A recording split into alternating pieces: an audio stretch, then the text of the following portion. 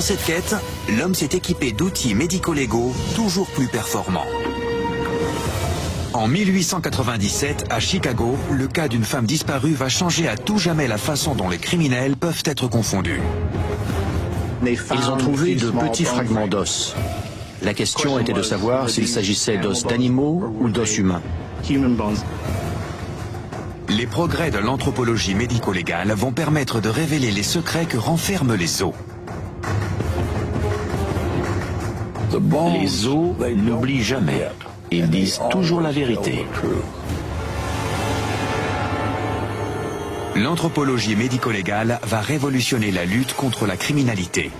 Mais un siècle plus tard, elle doit relever un défi de taille. Tenter de faire toute la lumière sur les crimes atroces d'un tueur en série sadique, surnommé le clown tueur. Il a probablement tué une cinquantaine de personnes.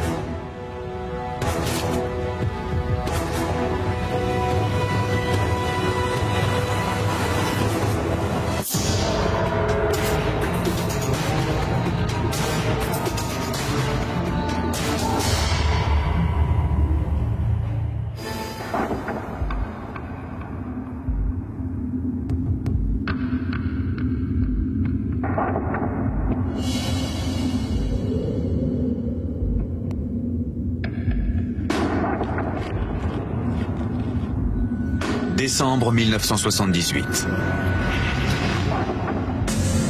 La police recherche un jeune homme disparu à Norwood Park Township, dans l'Illinois.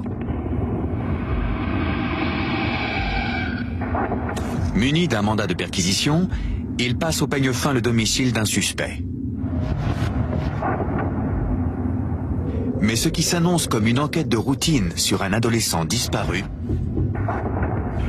va bientôt se révéler beaucoup plus troublant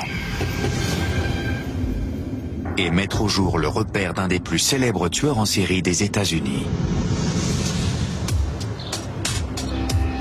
10 jours plus tôt, Robert Pist, 15 ans, disparaît en sortant d'une pharmacie. Il a été vu dans cette pharmacie par sa mère. Elle était venue le chercher en voiture. Il est sorti et au bout d'un moment, sa mère a décidé d'aller voir où était passé son fils. Mais il était introuvable. Il avait disparu.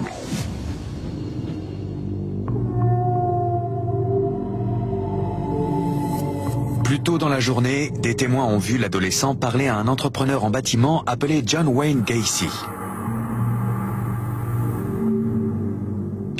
Gacy a nié avoir croisé le jeune homme, ou même avoir parlé avec lui. À première vue, Gacy a tout d'un citoyen modèle. C'était une figure du quartier. Il organisait des fêtes chez lui, notamment pour le 4 juillet. Ses voisins l'appréciaient beaucoup. Il était sociable et il se déguisait souvent en clown pour amuser les enfants. Il était très respecté pour ça. Mais derrière le masque se cache un homme avec de lourds secrets. John Wayne Gacy avait un casier judiciaire. Il avait purgé une peine de prison dans l'État de l'Iowa pour avoir agressé sexuellement de jeunes garçons. Et à la minute où on a appris ça, on a su qu'on tenait probablement un suspect. Le passé judiciaire de Gacy en fait un des principaux suspects dans la disparition de Robert Pist. Et la police espère que le jeune homme peut encore être secouru. On s'est rendu à son domicile pour chercher Robert. On ne savait pas s'il était retenu prisonnier ou s'il était enterré là-bas. La police met Gacy en garde à vue pour un délit mineur d'usage de stupéfiants et en profite pour inspecter sa maison de fond en comble. Il ne trouve aucune trace de Robert, mais quelqu'un remarque une forte odeur en provenance du sous-sol. Les recherches se poursuivent dans le vide sanitaire, sous la maison. Le sol du rez-de-chaussée était fissuré. Et on sentait une odeur nauséabonde qui remontait du sous-sol. Un des policiers a dit « on se croirait à la morgue ».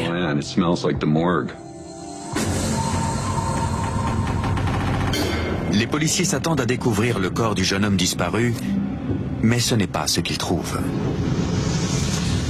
Ils ont découvert ce qui semblait être des os. Robert n'a disparu que depuis quelques jours. Même s'il est mort, ces os ne peuvent pas être les siens. La police continue de creuser et met au jour un squelette complet. Puis un deuxième. Et un troisième. L'homme qui se déguise en clown pour les anniversaires des enfants serait-il un tueur en série? Il existe une photo d'un des crânes mis au jour. Et même si ce n'est qu'une photo, on pouvait lire l'effroi absolu sur ce crâne. Jusqu'à ma mort, je me souviendrai de cet effroi. Un crâne n'a pas de traits. Et pourtant, on pouvait lire sur ce crâne la peur que cette victime avait dû ressentir quand elle avait été étranglée et menottée. Je n'arrivais pas à y croire. On n'aurait jamais pu imaginer que cet homme était un tueur en série. Il semble que Gacy ait commis un grand nombre de meurtres et que ce vide sanitaire soit son cimetière personnel, rempli de victimes sans visage et sans nom. Il paraît évident que Gacy est le meurtrier, mais la police veut pouvoir le prouver. Ils doivent avant tout comprendre qui sont tous ces gens et ce qui leur est arrivé. Et pour ce faire, ils vont étudier leurs os. Les cadavres n'ont pas l'usage de la parole. Mais grâce à l'anthropologie médico-légale, leurs os peuvent parler. Les anthropologues médico-légaux s'intéressent aux informations que peuvent livrer les os humains. Les prémices de l'anatomie humaine remontent à près de 2000 ans. À l'époque, le médecin grec Claude Gallien est le premier homme à établir clairement la géographie intérieure du corps humain, et y compris du squelette. Les médecins s'appuieront sur ces observations pendant des siècles. Mais c'est en étudiant des animaux, et non des hommes, que Gallien parvient à faire ses découvertes. Au XVIe siècle, un médecin flamand du nom d'André Vézal entreprend enfin de brosser un tableau plus précis de l'ossature humaine. Vézal, le père de l'anatomie moderne, fait bouillir des tissus afin de pouvoir réellement assembler un squelette, os après os, dans sa cuisine. Mais ce n'est qu'en 1878 que Thomas Dwight, professeur à Harvard, comprend que les os peuvent livrer des renseignements précis, comme par exemple le sexe d'un individu. À la fin du XIXe siècle, cette science en plein essor permet d'élucider un meurtre pour la toute première fois. Mai 1897. Une femme, appelée Louisa Ludgert, est signalée disparue à la police de Chicago. Le mari de Louisa est Adolf Ludgert, fabricant de saucisses et magnat de l'industrie alimentaire. Adolf Ludgert possédait sa propre usine, juste à côté de son domicile, sur Diversey Boulevard. Le commissaire Hermann Schuttler et ses hommes pressent Ludgert de questions au sujet de la disparition de sa femme. Mais celui-ci reste étonnamment calme. Il a dit qu'elle était peut-être partie rendre visite à des membres de sa famille.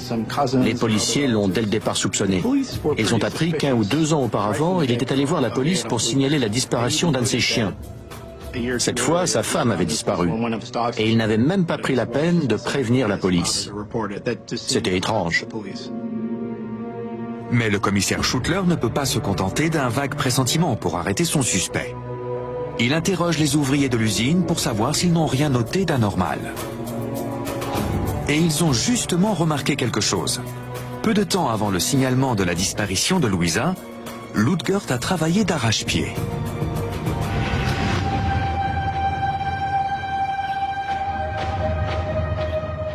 Il s'était livré à diverses activités bizarres en plein milieu de la nuit.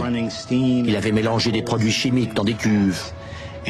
Et le lendemain matin, quand sa famille s'est réveillée, sa femme, Louisa Ludgert, avait disparu. le commissaire Schuttler inspecte les cuves dans lesquelles Ludgert élabore ses fameuses saucisses. Il a dit à ses employés que les cuves au sous-sol de l'usine étaient remplies d'une matière gluante. Il ne leur a pas expliqué ce que c'était, mais il leur a demandé de nettoyer.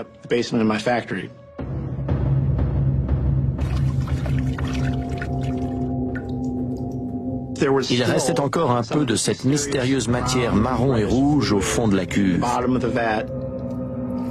Et quand les policiers vident le liquide restant et grattent le fond de la cuve, ils mettent la main sur quelque chose d'inquiétant. Une bague de femme. Peut-être qu'une employée l'a perdue en hachant de la viande. Mais en y regardant de plus près, la police découvre autre chose. Ils ont trouvé de petits fragments d'os. Ludgert prétend qu'il s'agit simplement de restes d'animaux servant à l'élaboration de ses saucisses. La viande arrivait du parc à bestiaux et était hachée en saucisses là-bas, dans l'usine de Ludgert. Donc cela n'aurait pas été très surprenant de retrouver des os d'animaux dans cette usine. Le commissaire Schuttler ne le croit pas, mais il ne peut pas le prouver. Il n'a ni cadavre, ni aucune preuve. Son seul espoir, trouver un moyen de démontrer que ces os appartiennent à Louisa Ludgert.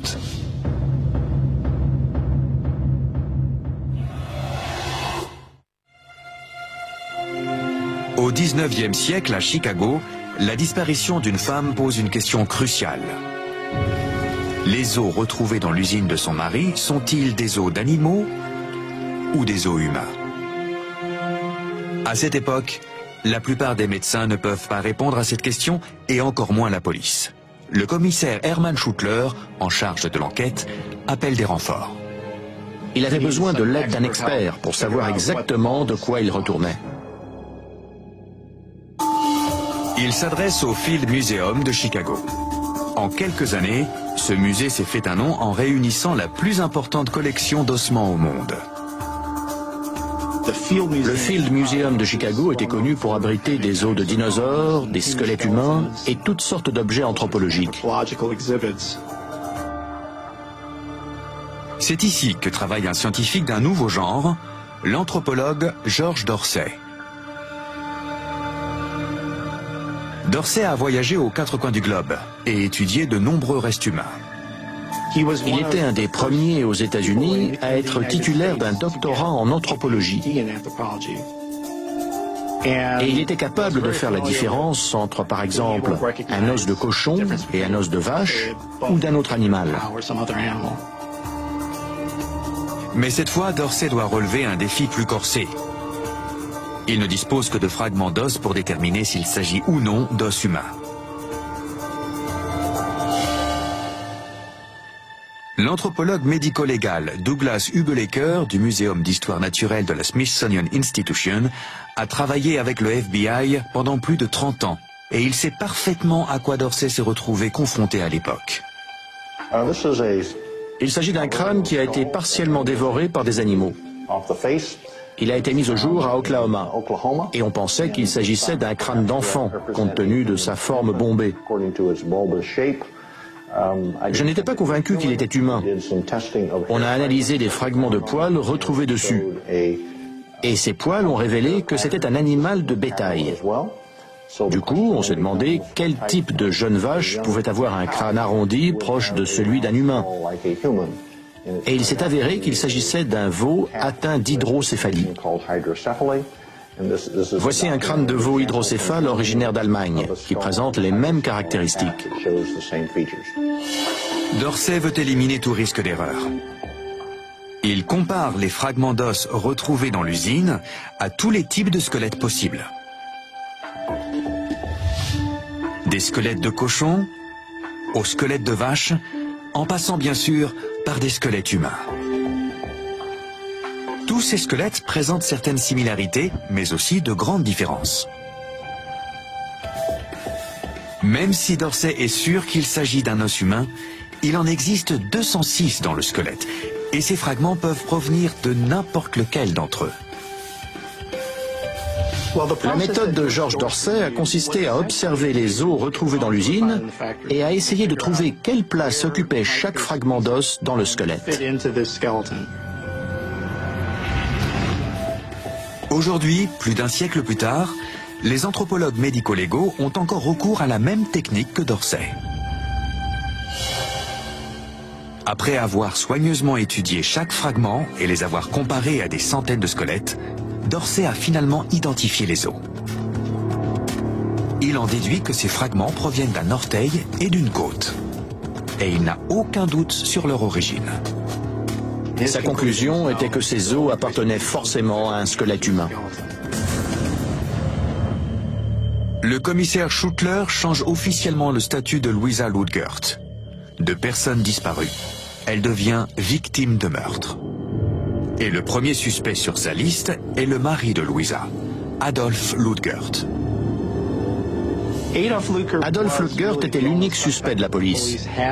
Certains témoins avaient dit avoir vu un jour Adolf poursuivre sa femme avec une arme.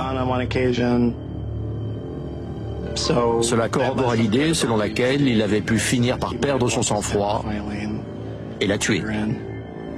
La police de Chicago arrête Ludgert et l'inculpe du meurtre de sa femme. Les journaux s'emparent immédiatement de l'affaire.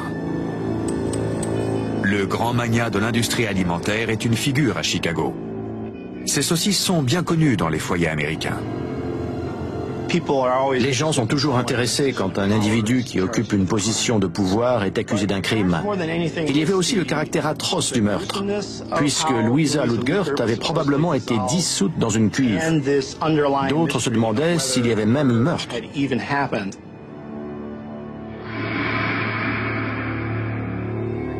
Dans cette affaire, il n'y a ni cadavre, ni témoin. Pour la première fois de l'histoire, l'accusation espère que quelques fragments d'os parviendront à confondre un meurtrier sans pitié. Un siècle plus tard, en 1978, les policiers chargés de l'enquête sur l'affaire John Wayne Gacy ne cherchent pas à prouver qu'il y a eu meurtre, mais à savoir qui a été tué et comment. Tout commence par les os, qui sont tout ce qui reste des 3 victimes retrouvées dans le sous-sol de John Wayne Gacy. Ma première réaction a été de me dire « Waouh, qu'est-ce que c'est que tout ça ?» Je n'avais évidemment jamais vu ça. J'étais un peu perdu, pour être honnête.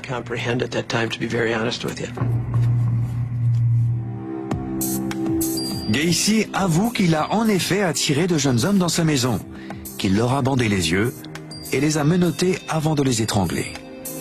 Mais il reste évasif. Il ne dira pas combien de personnes ont trouvé la mort, ni qui elles sont. Gacy ne nous a dit que ce qu'il voulait bien qu'on sache. Il a même dit à un moment donné qu'on ne pourrait jamais rien prouver, car il avait construit sa maison sur un cimetière indien. C'était sa stratégie de défense. Je pense qu'il était vraiment convaincu qu'on ne pourrait rien prouver.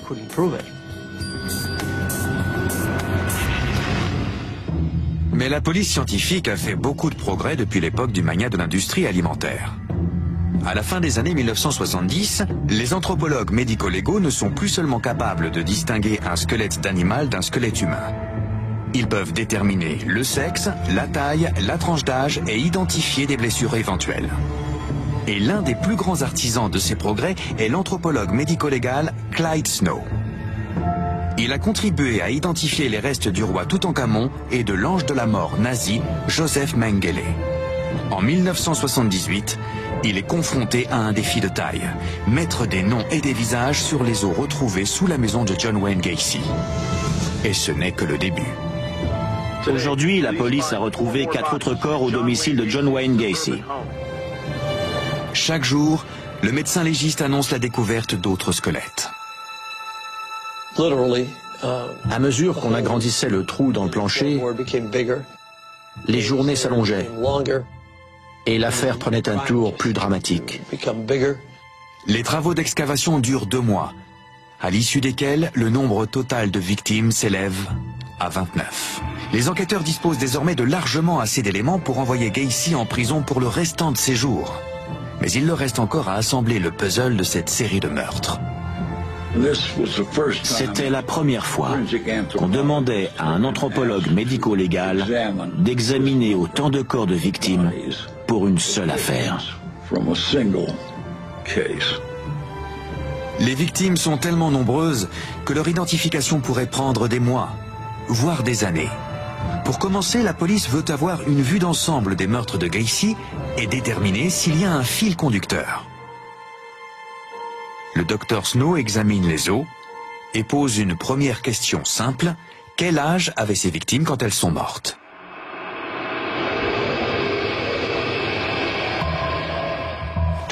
Pour déterminer l'âge du décès d'un adolescent, les anthropologues médico-légaux observent généralement la taille des os, qui peut fournir des indications. On voit bien la différence de taille entre ce tibia d'enfant et ce tibia d'adulte. On voit aussi que l'extrémité de l'os de l'enfant n'est pas soudée au reste. L'os peut continuer à pousser.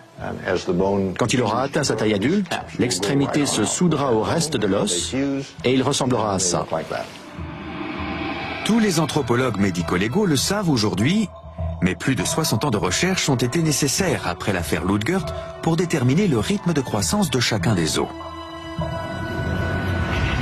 Quand les os se soudent, cela signifie que leur croissance est terminée.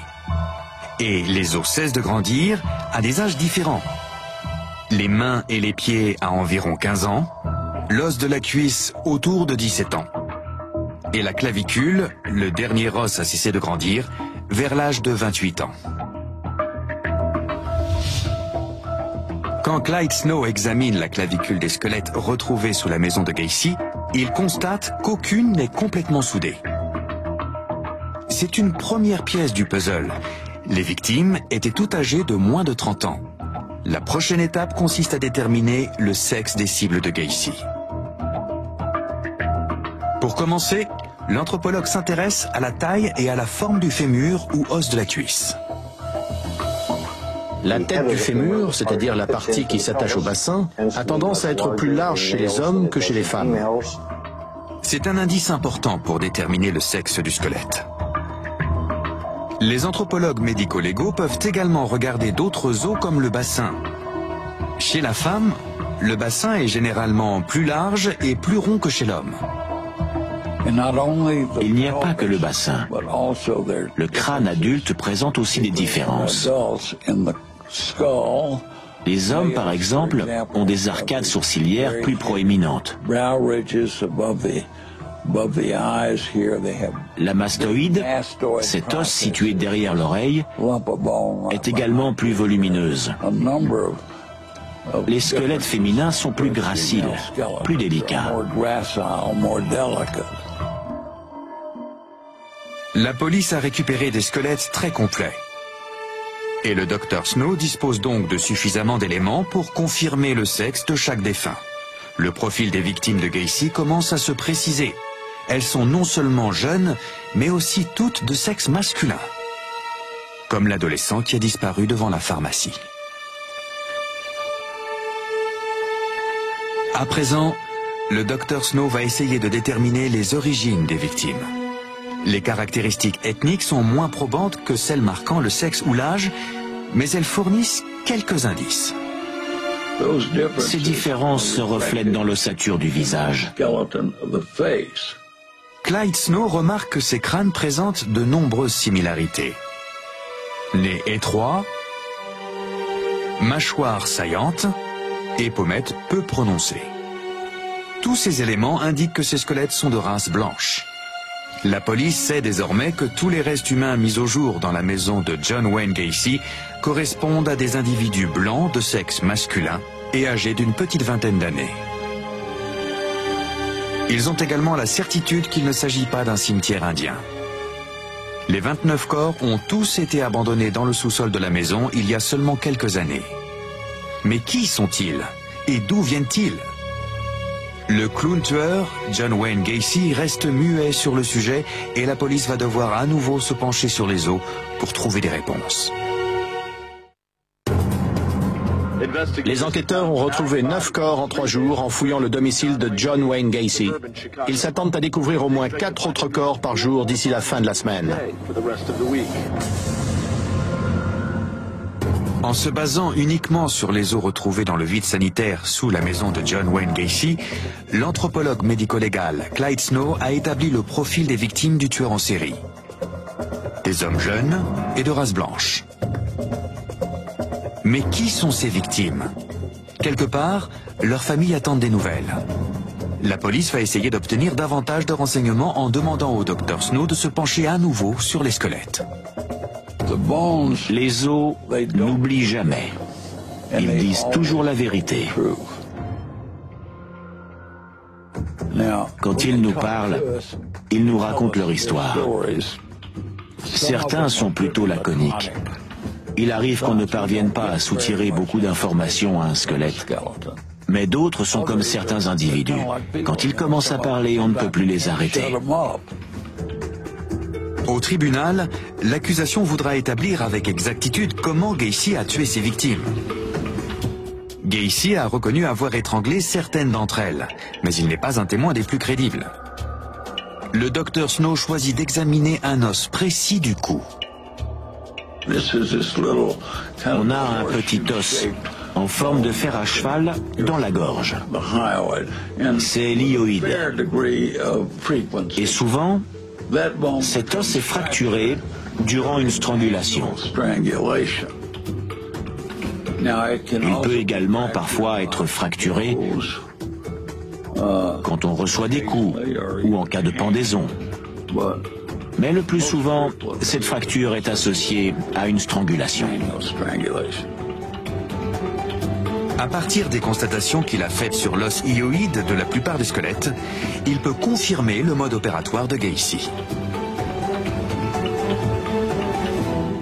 Le scénario qui se dégageait était qu'il leur passait une corde autour du cou et qu'il les asphyxiait. Les pauvres gosses n'avaient pas le temps de faire une prière.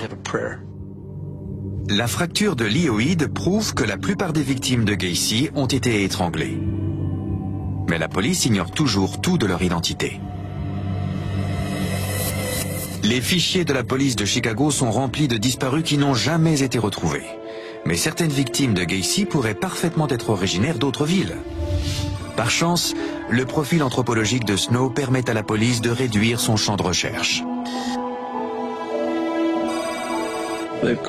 Ils ont comparé ces informations avec leurs fichiers, dans l'espoir de trouver des disparus correspondant au profil des victimes. La police reçoit des centaines d'appels de personnes souhaitant savoir si leur fils ou leur frère disparu a été identifié parmi les victimes. Ce sera une entreprise de longue haleine. À une époque où l'analyse ADN n'existe pas et sans aucune empreinte digitale à disposition, les enquêteurs n'ont qu'un seul dernier recours, les dents.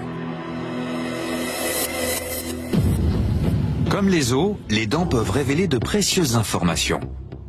La disposition et l'usure des dents peuvent notamment indiquer avec précision l'âge d'un individu.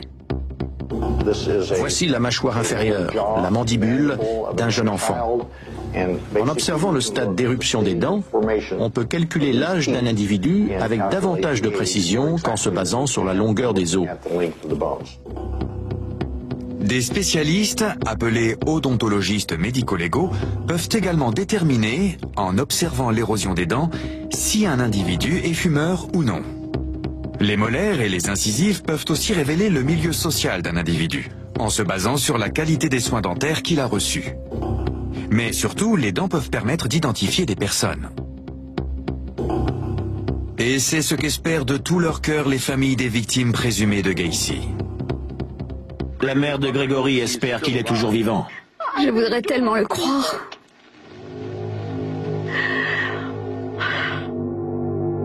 Le 12 décembre 1976, Gregory Godzik, 17 ans, un employé de l'entreprise en bâtiment de Gacy, disparaît après avoir accompagné sa petite amie chez elle. Sa voiture est retrouvée le lendemain, mais personne ne reverra jamais Gregory. S'ils avaient des raisons de penser que leur fils pouvait avoir été une victime de Gacy, ils apportaient des radios dentaires de leur dentiste à la morgue afin de procéder à des comparaisons. C'était un travail difficile et fastidieux. Avec 29 corps à identifier, la police a du pain sur la planche. Et toutes les victimes n'ont pas de radio dentaire à produire. Au bout de 6 semaines, on n'avait identifié que la moitié des corps. Gregory Godzik, 17 ans, est l'un d'entre eux, anéantissant les espoirs de sa mère qui avait prié pour qu'il soit encore en vie. En l'absence d'empreintes digitales ou d'ADN, le docteur Snow risque de se retrouver dans l'impasse. Mais il a une idée novatrice pour tenter d'identifier davantage de victimes. Clyde Snow et une spécialiste de la reconstitution faciale appelée Betty Gatliff sont des pionniers dans leur domaine. Leur méthode consiste à ajouter de la chair sur les squelettes et ainsi voir à quoi ressemblaient les victimes avant leur mort. Snow et Gatliff ont eu recours à cette technique pour identifier les victimes d'un accident d'avion dans les années 1960. Et à l'époque de l'affaire Gacy, la méthode est en train d'être perfectionnée. C'est une sculpture réalisée dans un but bien précis et qui n'est pas destinée à un musée. Elle est réalisée afin d'identifier un individu.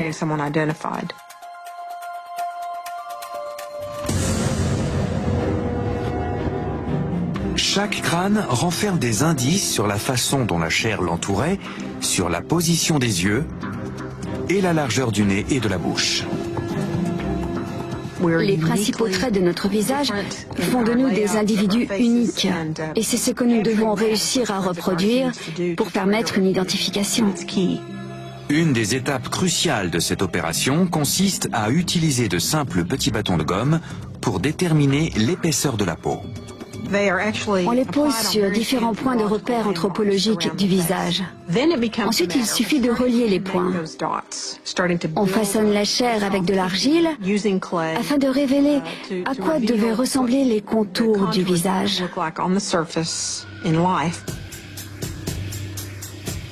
Le crâne ne fournit aucune information concernant les cheveux ou la couleur des yeux d'un individu, mais il révèle des traits plus subtils que des spécialistes comme Karen peuvent reproduire.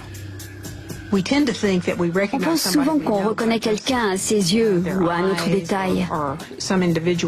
Mais en fait, on reconnaît la disposition globale, la distance entre les différents traits du milieu du visage, ce triangle au milieu du visage, les yeux, le nez, la bouche, et les différences les plus infimes peuvent avoir un impact énorme sur l'identification. Les enquêteurs viennent enfin de mettre un visage sur 9 des victimes non identifiées de Gacy. Mais parviendront-ils à trouver leur nom? Ils publient sans tarder les images dans les journaux, dans l'espoir que quelqu'un, quelque part, sera en mesure de les reconnaître. Dans l'affaire Gacy, la police dispose de squelettes entiers et de preuves tangibles indiquant qu'il s'agit d'un tueur en série. Mais un siècle plus tôt, les enquêteurs n'ont que quelques fragments d'os et le signalement d'une femme disparue. Il n'existe toujours aucune preuve du fait que Louisa Ludgert soit une victime de meurtre ou que le fameux magnat de l'industrie alimentaire soit son assassin. La question essentielle était celle du corps du délit. Il s'agissait de prouver qu'il y avait eu meurtre. Et certaines personnes à Chicago, dont Adolf Ludgert, affirmaient qu'il n'y avait pas eu meurtre, que Louisa Ludgert était simplement partie. L'anthropologue George Dorsey n'est pas de cet avis. Il pense que Louisa a été tuée et il va tenter de le prouver à l'aide de quelques fragments d'os, ce qui est tout à fait inédit à l'époque. C'était la première fois que des anthropologues témoignaient en tant qu'experts dans un procès. Le retentissement était similaire à celui qu'ont eu de nos jours les procès de Casey Anthony ou O.J. Simpson. Les journalistes étaient mobilisés 24 heures sur 24. Les journaux publiaient des suppléments spéciaux. Des milliers de personnes se présentaient au tribunal. Tout le monde voulait assister au procès. La salle affichait complète tous les jours. Quand George Dorsey a témoigné, il s'est révélé très crédible. Il a semblé très sûr de lui quand il a identifié certains os comme appartenant à certaines parties du squelette humain. Et George Dorsey va encore plus loin. En observant la taille des os dans leur ensemble, il remarque qu'ils sont plus petits que les os d'un squelette d'homme.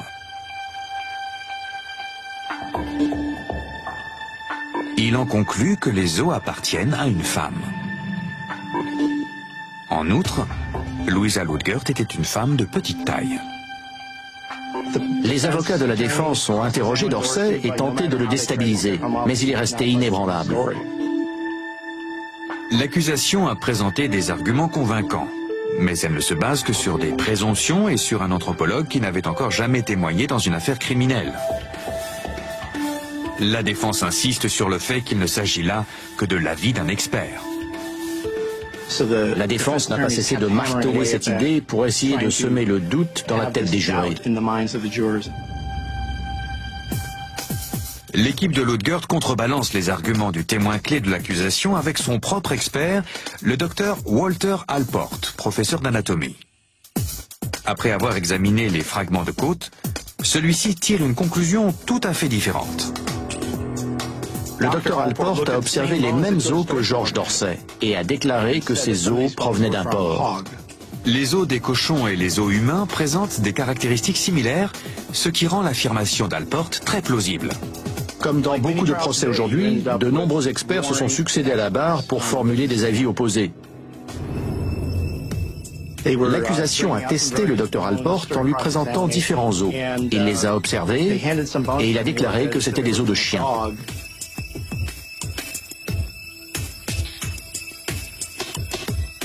L'accusation a rétorqué qu'il s'agissait en fait d'os de singe, ce qui a provoqué quelques rires dans l'Assemblée.